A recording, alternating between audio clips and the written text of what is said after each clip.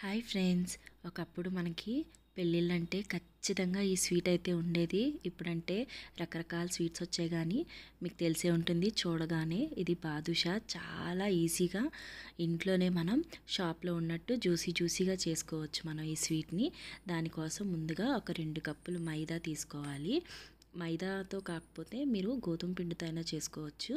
2 కప్పులు మైదా పిండి తీసుకొని ఒక చిన్న టేబుల్ స్పూన్ సాల్ట్ వేసుకుంటే సరిపోతుంది.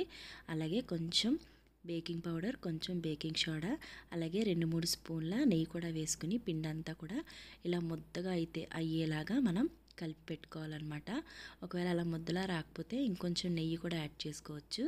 ఇప్పుడు ఆ పిండిలో ఒక 2-3 టేబుల్ స్పూన్స్ పెరుగు వేసుకుంటే బాగుంటుంది. సో పెరుగు వేసుకుని బాగా కలుపుకోవాలి. అది బాగా మిక్స్ అయిన తర్వాత మనం చపాతీ పిండిలాగా కొంచెం కొంచెం వాటర్ పోసుకొని, మరీ జురుగ్గా కాకుండా మంచి కన్సిస్టెన్సీలో వచ్చేలాగా కొంచెం కొంచెం వాటర్ వేసుకోవాలి. చూపిస్తున్నాను కదా, ఇలా ముద్ద రావాలన్నమాట. చక్కటిగా ఇలా ముద్ద చేసుకోవాలి. చేసుకుని ఈ ముద్ద మీద ఒక ప్లేట్ పెట్టేసుకుని ఒక 10 మినిట్స్ అయితే పక్కన పెట్టేసుకోవాలి.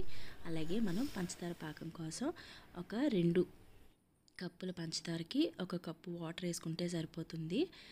వాటర్ వేసేసుకుని పంచదార అంతా కరిగే వరకు మనం పాకాన్ని ఇలా కలుపుకుంటూ ఉండాలి. మరీ జిగురు పాకం అవసరం లేదు, పంచదార అంతా కరిగితే సరిపోతుంది. ఈ పంచదార మరిగేటప్పుడు మనం అందులో ఒక 2-3 ఎలాచీలు, యాలక్కాయలు కొట్టుకొని అందులో వేసేసుకుంటే టేస్ట్ బాగుంటుంది. ఇలా మనం పంచదార పాకాన్ని రెడీ చేసేసుకుని పక్కన పెట్టేసుకోవాలి.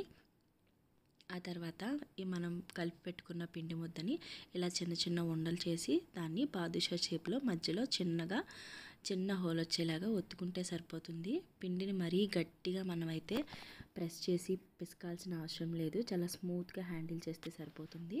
ఇలా చిన్న చిన్న ముద్దలు తీసుకుని బాదుషా షేప్లో మనం పెట్టుకుని రెడీ చేసుకుని పక్కన పెట్టేసుకుందాం. ఇప్పుడు ఇవన్నీ వేయించుకోవడం కోసం ఒక ప్యాన్ తీసుకుని అందులో కొంచెం ఆయిల్ వేసుకొని మీడియం ఫ్లేమ్లో పెట్టుకుంటే సరిపోతుంది. ఆయిల్ కొంచెం వేడైన తర్వాత మనం చేసి పెట్టుకున్న బాదుషాలన్నీ కూడా అందులో వేసేసుకోవాలి. వాటికి అవే వేడికి పైకి వచ్చే వరకు మనం వాటిని కదపకుండా ఉండాలన్నమాట. అవి వేడైన తర్వాత వాటికి అవే ఇలా పైకి పొంగుతాయి.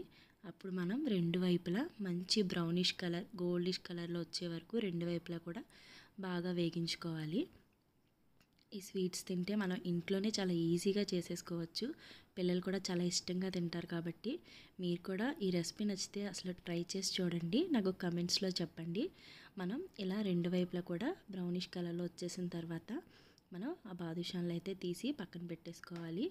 అలాగే మనం ఆల్రెడీ పంచదార పాకం చేసి పెట్టుకున్నాం కాబట్టి బాగా వేడుకునే బాదుషాన్ని పంచదార పాకంలో వేసేసుకోవాలి. ఒక 2-3 మినిట్స్ పాకంలో ఉంచేసిన తర్వాత మనం సర్వ్ చేసుకోవచ్చు.